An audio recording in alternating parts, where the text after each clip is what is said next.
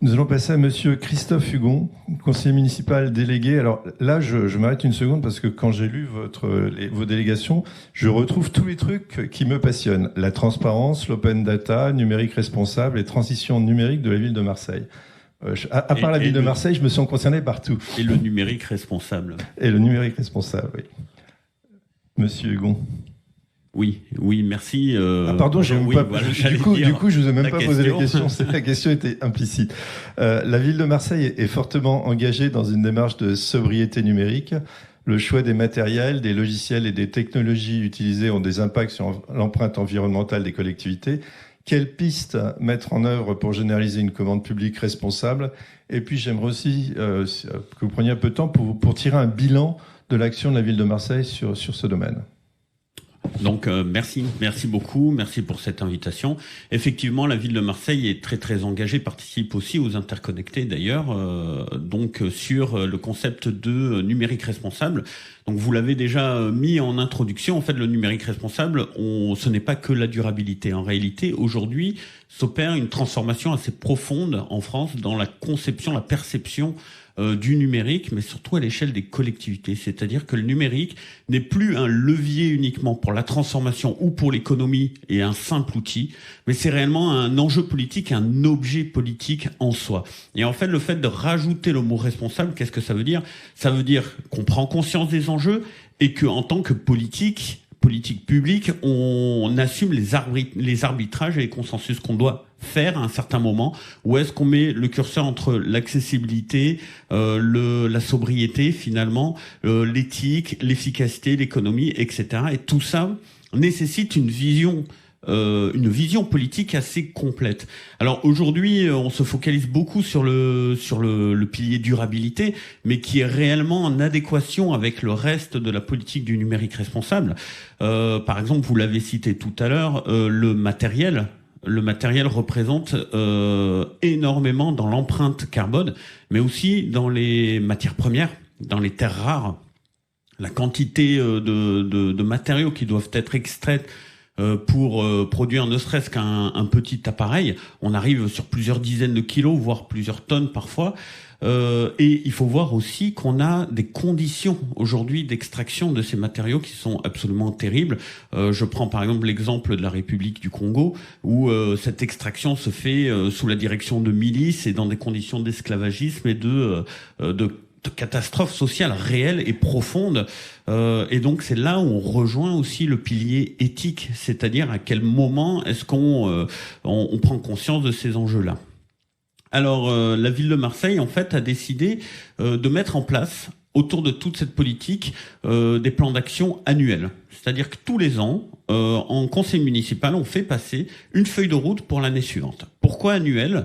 Parce qu'on se rend bien compte aujourd'hui que les enjeux numériques ne sont pas sur la totalité d'un mandat. Il faut savoir assumer que d'une année sur l'autre, la stratégie doit pouvoir changer.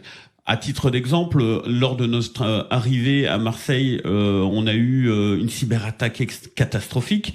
L'année suivante, le Covid et des problèmes d'accessibilité au numérique pour le télétravail. L'année suivante, les problèmes énergétiques et donc de sobriété et de consommation d'énergie.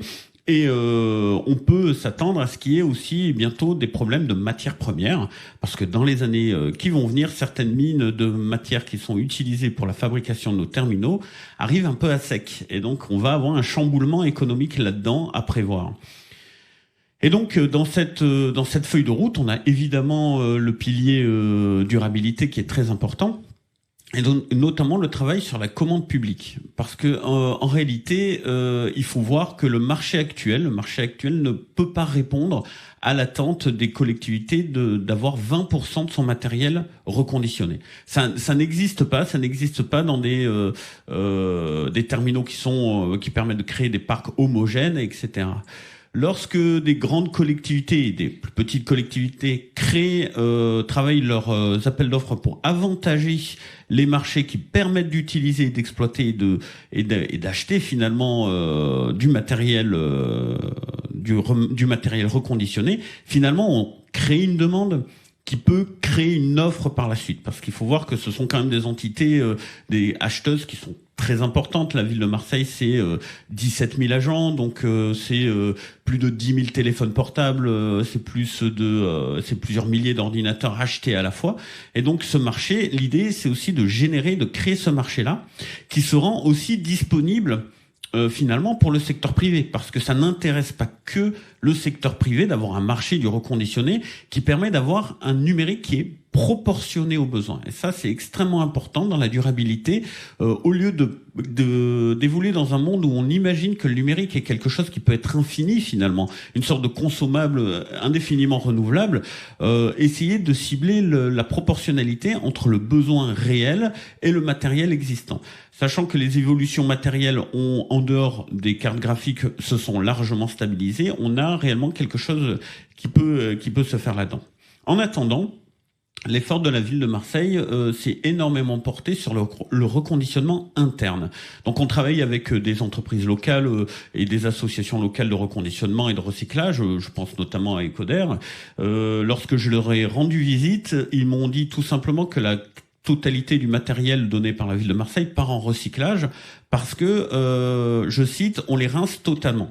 C'est-à-dire qu'on est sur de la réparation et du maintien d'utilisation qui dure 7 ans pour les serveurs, 8 ans, 9 ans et parfois 15 ans pour les ordinateurs. Je prends un exemple qui est assez intéressant, c'est l'exemple des écoles où on a un atelier de réparation à l'intérieur même de nos services, c'est-à-dire que c'est même internalisé, et on est en réparation des ordinateurs qui partent de l'administration jusque l'intégration des classes sur des machines qui fonctionnent depuis 10-15 ans. Donc ça, c'est quelque chose dont on va parler au salon Educatech d'ailleurs, parce que c'est en soi une fierté pour la ville de Marseille. Les agents sont extrêmement impliqués là-dedans. Ensuite, vous avez cité la partie logicielle qui est extrêmement importante parce que dans le monde du logiciel, il y a la question du bien commun.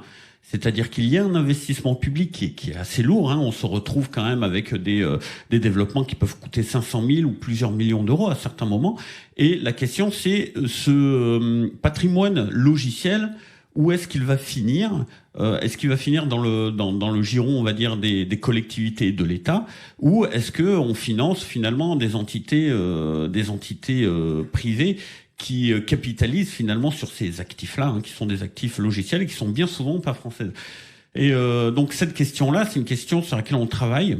On travaille notamment avec les interconnectés, mais aussi avec beaucoup de grandes collectivités. Il y a aussi des initiatives comme la du Lac, et aussi des initiatives d'État qui sont très importantes. Alors pourquoi est-ce que cette idée-là est importante ? Parce que elle permet d'éviter ce qu'on appelle l'obsolescence programmée. C'est-à-dire qu'à partir du moment où on a la main sur le logiciel, on peut l'optimiser pour des appareils, on peut l'optimiser pour du reconditionné, on peut réellement avoir un travail qui est cohérent avec le souhait matériel. Parce que malheureusement, ces dernières années, avec la croissance de la puissance des machines, il y a eu un peu une sorte de fuite en avant du développement logiciel où finalement, il était plus rentable de développer rapidement, mais pas de manière optimisée, que de manière optimisée, mais prendre le temps. Donc on a un petit peu ce travail-là. Et ne pas reprendre les développements à zéro, etc. Donc on a de nombreux travaux qui prennent cette direction. Alors on voit bien que j'ai parlé de bien commun, donc on recroise avec l'éthique, on recroise aussi avec l'accessibilité, qu'est-ce qu'on fournit et comment est-ce qu'on fournit au niveau du matériel. Donc c'est vraiment intégré dans une politique générale qui est renouvelée chaque année. Merci vraiment. C'est très important tout ce que vous avez dit parce que ça montre aussi toute la puissance que peut prendre le politique dans ses choix, dans ses décisions. Et là-dessus, moi, je pense que le rôle de l'ARCEP, c'est modestement, mais de façon importante, vous amener le plus d'informations objectives pour vous guider ces choix dans des collections de données que nous récupérons, dans des travaux avec l'ADEME.